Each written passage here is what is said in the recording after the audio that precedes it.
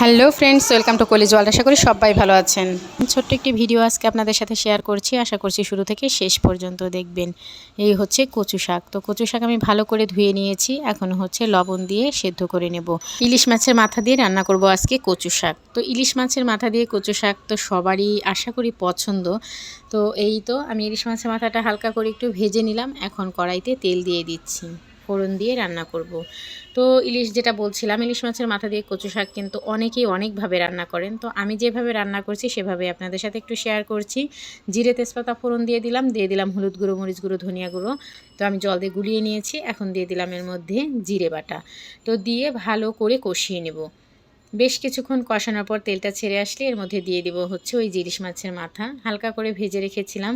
আপনারা চাইলে কড়া করেও ভাজতে পারেন, আবার নাও ভাজতে পারেন। অনেকেই কিন্তু আমি দেখি না ভেজেও রান্না করেন।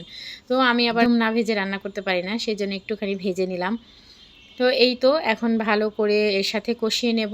আর ওই যে কচু শাকটা আমি সেদ্ধ করে রেখেছিলাম, এটা আমি ডিপে রেখে দিয়েছিলাম। আগের দিন হচ্ছে আমি ওই প্রসেসটা করেছি, পরের দিন আবার আমি যে রান্না করছি। কচু শাকটা দিয়ে এখন ভালো করে কষিয়ে নেব এর সাথে অনেকক্ষণ। তো এই তো আমি নেড়ে চেড়ে ভালো করে মিশিয়ে দিই। ছোটোবেলায় একটা সিনেমা দেখেছিলাম এই কচু শাক নিয়ে, ইন্ডিয়ান সিনেমা যদিও সেটা ছিল।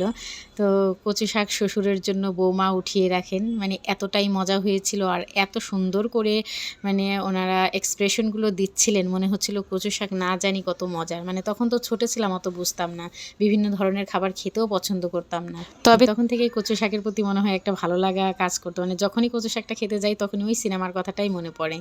যাই হোক, এই তো মাছের মাথা দিয়ে কচু শাক কিন্তু আমি অনেকক্ষণ ভেজে নিয়েছি। এখন হচ্ছে আরেকটু লবণ দিয়ে দিলাম। লবণটা মনে হচ্ছিল একটু কম, যদি আমি সেদ্ধ করেছি কিন্তু লবণ দিয়েই। তো লবণ কাঁচামরিচ দিয়ে আবার একটু ভালো করে ভাজা ভাজা করে নিলাম। আর সবচেয়ে বড় কথা, এই কচুটা কিন্তু একটুও গলায় লাগে না। অনেকেই বলে যারা ঝগড়ুটে তাদের নাকি গলায় ধরে, আসলে কিন্তু তা না। আসলে এক এক ধরনের কচুই আছে যে গলায় ধরে, আর এই সাদা কচুটা একদমই গলায় লাগে না। তবে এই কচু নিয়ে একটা মজার ঘটনা আছে। আমি একবার কচু রান্না করেছিলাম, সেটা কালো কচু ছিল সম্ভবত।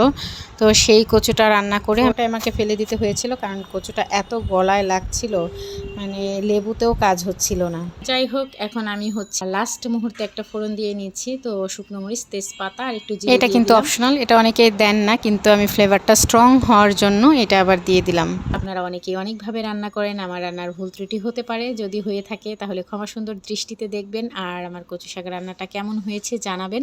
আমাদের কাছে তো খুবই ভালো লেগেছে। তো সুজিত তো খেয়ে বলেছে অসাধারণ মজা হয়েছে, আর আমার কাছেও খুব ভালো লেগেছে।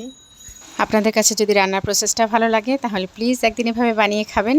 আর সবাই আমাদের জন্য অনেক বেশি দোয়া করবেন, আশীর্বাদ করবেন। ভালো থাকবেন, সুস্থ থাকবেন। Bye bye, tata.